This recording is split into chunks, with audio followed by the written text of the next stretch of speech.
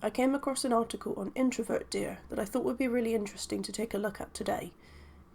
It's about telling the difference between INFJs and INTJs, and I thought it would be quite useful. I've never really struggled with telling the difference between INFJs and INFPs, but I have found it a bit more difficult to tell the difference between INFJs and INTJs. I've wondered several times myself whether I am actually an INTJ, because I am quite logical, so I thought it would be interesting to have a look at the differences put forward in this post.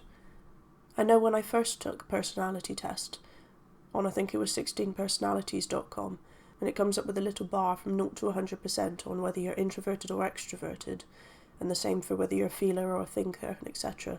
And I got 51% feeler, 49% thinker, so I thought initially I must be sort of between the two, like an INXJ. It wasn't until I got into the cognitive functions that I understood more that doesn't necessarily mean that I'm actually an INTJ, it just means that I use my TI a lot, I'm very logical, because that's all it was picking up on with the basic 16 personalities test, was whether you make decisions through your feelings or through logic. It doesn't really go into much more detail than that, and I know I definitely use logic a lot more, but that doesn't necessarily make me an INTJ. So yeah, I thought this could be useful. So the first difference mentioned is that INFJs consider personal needs, whereas INTJs focus on efficiency. That's going straight for the FE versus TE part. FE is a lot more focused on other people, whereas TE is a lot more focused on efficiency. They say that this difference comes down to the cognitive functions, which is nice that they use it, because that really can help people to understand what type they are, and it stops all of the I don't know if I'm an INFJ or an INFP or whatever. When you look at the cognitive functions, it can really help you to determine which type you are. It says that INFJs and INTJs share the same functions, except their feeling and thinking functions are reversed, which is the root of their differences. And that is a very easy way to tell the difference. That's how I was definitely certain that I was an INFJ and not an INTJ. Our FE helps us to tune into people. It helps us to read body language, tone of voice, and emotional expressions. They say that we will ask, how will this choice make people feel? Is there a chance that it will hurt someone? It says that we can be compassionate, sensitive leaders who put the needs of the group first. And on the other hand, INTJs take a more objective approach to decision making. It says that does this process make sense logically? What are the specific steps needed to accomplish this task? And what is the most efficient way to get there? That's something that I found really helpful to learn, that TE is very focused on steps, or tips, as objective personality would say. That it's about ordering things from 1 to 10 of the most important to the least important, or organising the steps you need to take to complete a task, and that's where they focus a lot of their time. It's not so much based on people, which FE will be. It's based on getting from A to Z as quickly as possible in the most efficient manner, whilst not missing anything. They give a good example of the difference between how an INTJ and an INFJ would plan a road trip. The INTJ would likely focus on how to get to their destination quickly and efficiently, making as few stops as possible. The INFJ cares less about making good time, and instead will focus on more personal needs, morale and comfort. They may plan a scenic detour, lunch at a nice restaurant, and those things are probably seen as a waste of time by the INTJ. And I can definitely see this with me and my partner, who yes is an ENTJ, but will still be fairly similar to the INTJ. When we're planning a trip away that will take some time to get to, he'll focus on where should we stop to get fuel, which are the best places to stop to make sure that we've got about an equal amount of miles between each stop. Will we have enough fuel in our tank to get from this place to this place? Can we make sure that we can do the same journey on the way back to make it easier, so we don't have to plan 2 different routes? He's focused on it being efficient, so we've got an equal number of miles between them when we stop. Whereas I'd be more interested in, well, do we need to take lunch? When are we going to be travelling from? When are we going to get there? If it's going to be later on in the afternoon, then we need to make sure that we're stopping to have some food at some point.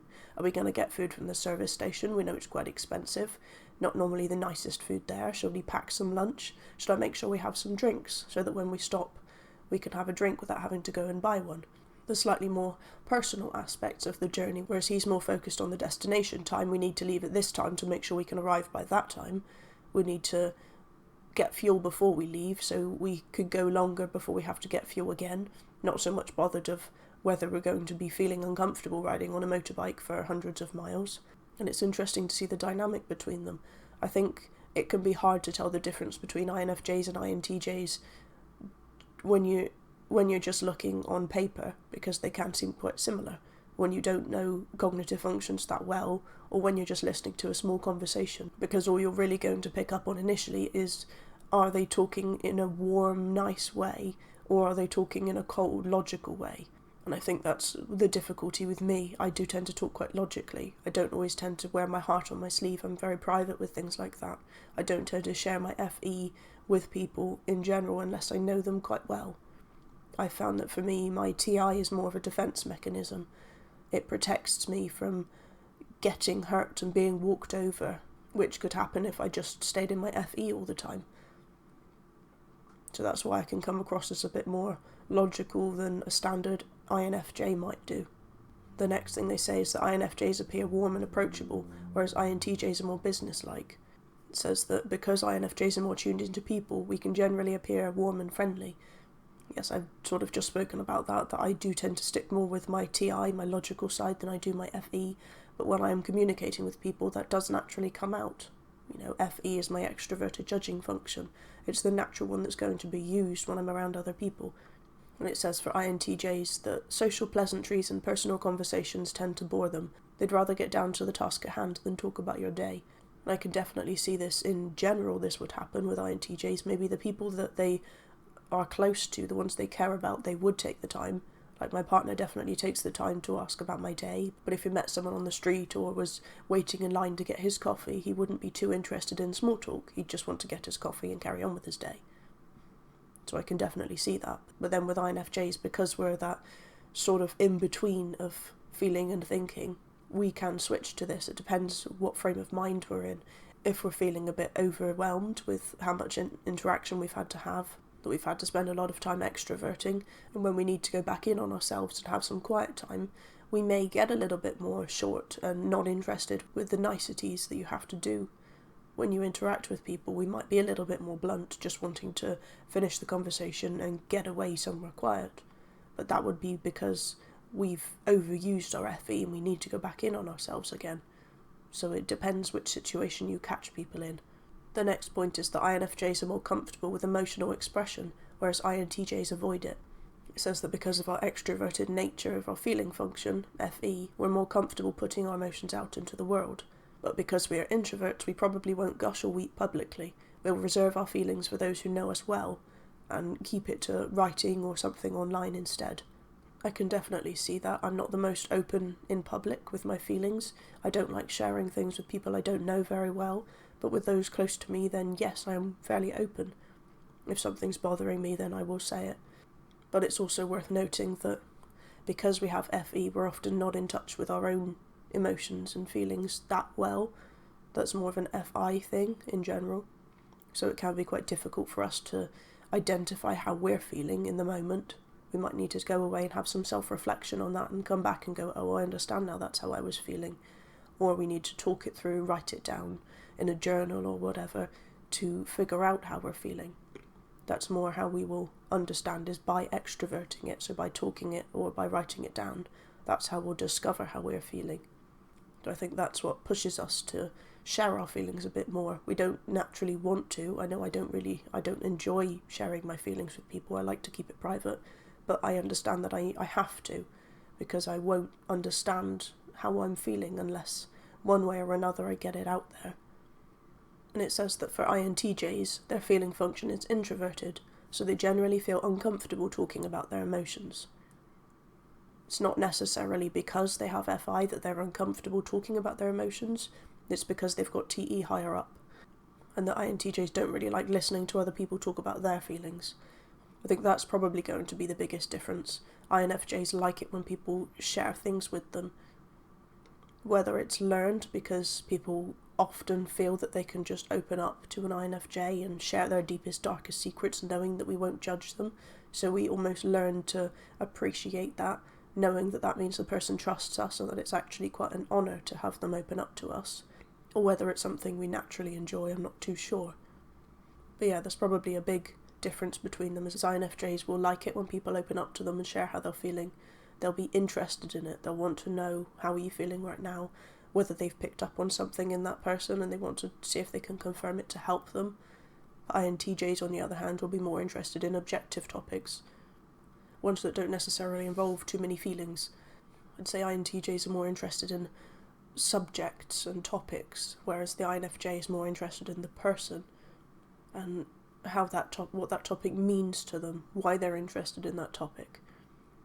It's about the motivations of why someone's interested in sports, for example, whereas the INTJ may just be interested in the actual sport and the scores and how well the players have been doing and how far they're up on the leaderboard, whereas the INFJ is more interested in the motivation behind why they're interested in that sport rather than the sport itself. The next point is that INFJs believe opinion should be kept private, whereas INTJs thrive on spirited debate. That's because INFJs have TI, introverted thinking, which means that we all in general believe that personal values and opinions should be kept private. It says that we're likely to avoid talking about religion, politics, or other controversial topics due to their divisive nature. I would agree with that. The only time that it differs, like they say, is when we feel very passionate about something. When it goes against our morals or our values, that's when we'll step in. That's when I'll debate someone if what they're saying is going against my morals. I will stand up for myself and my beliefs. But in general, yes, I probably would just avoid the topic. I absolutely hate talking about politics, always have. I had to take social policy as part of my degree, and I hated it because people would get so agitated when they'd come across someone who doesn't believe the same things they do, who supports a party different to their own. I know it's a lot worse in America. I'm kind of thankful it's not as bad over here. It's still bad, but it's definitely not to the extent of the division that you can get in America.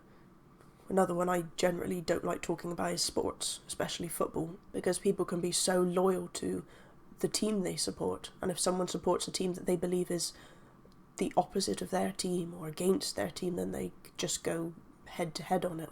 Especially if there's more than one football club in a town or nearby, they often are very, very opposed to each other and can have fights and arguments about just which team won and whether they thought the other team cheated. I just never have enjoyed that sort of thing. And it says that the opposite is true for INTJs because they extrovert their thinking function, which means they enjoy a healthy exchange of ideas because strategizing, philosophizing, and constructing logical arguments is what TE does best. They rarely get personally offended when the conversation becomes heated. This means they are better equipped than INFJs to deal with criticism, constructive feedback, and disagreement. I can definitely see that in my ENTJ partner. He's much happier about just being blunt, getting straight to the point, and not being too bothered about whether it can upset the other person, whereas I'd sit in the background going, oh, crap, maybe you should have said it a different way. That's just how we differ as people. Because INTJs have TE, it means that, like INFJs with our feelings, we need to extrovert them to understand them a bit better. INTJs will need to extrovert their thinking, their logic, out into the world. Because it's not as personal as one's feelings and emotions, it's a little bit easier for them to extrovert that. They won't need to go to writing to try and understand and keep it quiet from other people. They'll be more inclined to just bounce ideas off of others, to engage in a lively discussion with people around them as to what they think about certain topics, just to get a better grip on what they believe themselves. And the last point is that INFJs work holistically, whereas INTJs work methodically. It says that when sitting down to work, INFJs are more apt to let FE guide them, flowing from one task to another as we feel inspired with emotional energy. We tend to see our work and life in a holistic way. Everything is connected to everything else. I think that's a really nice way of saying that we tend to procrastinate a lot and swap between tasks because we don't really fancy doing that.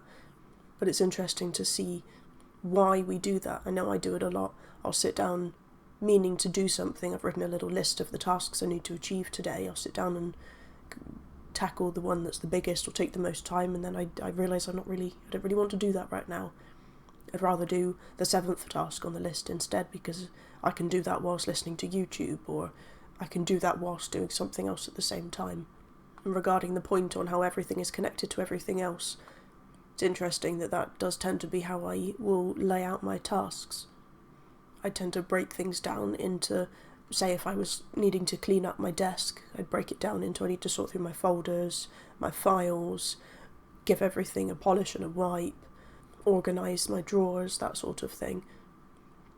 And I'd look at how clearing this area would then mean I'd need to go and sort out my bedroom, because there might be some things in my bedroom I want to put in my desk, and some things in my desk I want to put in the lounge. It's almost why when I come to sort things out, I tend to make more of a mess when I start. If I was sorting through my drawers, I then have to get them all out, and then I know that I need to go and sort through my cupboard at the same time. Maybe I want to switch some things around, and while I'm at that I need to check what's in the washing pile. And yeah, it's interesting to think that I do see that everything is connected to everything else. I'd never really thought of it before, but it's interesting to see. And on the other hand, the INTJs are more prone to working in a methodical and linear fashion. They break tasks into sections, complete each section before moving on to the next task, and then they arrange all the sections into the whole. I think that's how I would like to work, but it doesn't tend to work like that. Like I said, if I have a to-do list of the thing that will take the longest amount of time first, I might start it and then realise, no, I don't really fancy doing that, do it again later. Or sometimes I'll start in one room and then realise, actually, no, I want to go and work in a completely different room because I think this will impact me more so. It tends to be built on, well, I know my files have been annoying me recently because I've got a lot more bills through because it's the start of the new tax year, so maybe I'll focus on going through my files first, even though I had something different written down. Where I guess INTJs would just have, no, today I'm going to focus on clearing out this area, tomorrow I'm going to focus on doing this, and that's how they'd work. And I think it's nice as well at the bottom of the article that they say, keep in mind that personality type describes general characteristics. We all act out of character sometimes. Our behaviour changes somewhat depending on the circumstances and as we grow and mature. I think that's really important to add, because people do often assume that all INFJs are going to be exactly the same, and if you're slightly different from all the rest of the INFJs, that must mean you're mistyped, as I've said in previous videos. But it does come down a lot to your life experiences as well. We all had different upbringings, we were all born with different genes, we all have different experiences in life. We were born into different classes, born into different countries, different societies, different cultures, and all of that will have a big impact on us. So yes, we may share the same personality, but that doesn't mean in any way that we're going to be the same or even similar people. So I think it's important to always make sure that, yes, it's nice to know your personality type, you can understand a lot more about yourself, but don't limit yourself to that. Don't think, well, because I'm an INFJ, I'm only ever going to be good at using my NI, I'm going to be rubbish with sensory things, or I'm only ever going to be better with working with my values and feelings than I am with logic. Because it's not as simple as that. As we grow and mature, we will become better at the other functions. And also it depends on, for example, what job you're in. Maybe you need to use a different part of your personality more, so you learn to get better at it. If I was a basketball player, I'm sure my SE would be an awful lot better than it is, because I'd need to use it on a daily basis. So it's important to not limit ourselves of, oh, I should never go into sports or dance because my SE is so low. It's almost good to pick something that's a bit more challenging, because it will help you to grow into a more well-rounded person. But anyway, I hope this video was interesting. I hope it was useful to see some of the differences between INFJs and INTJs. And as always, thank you for your time.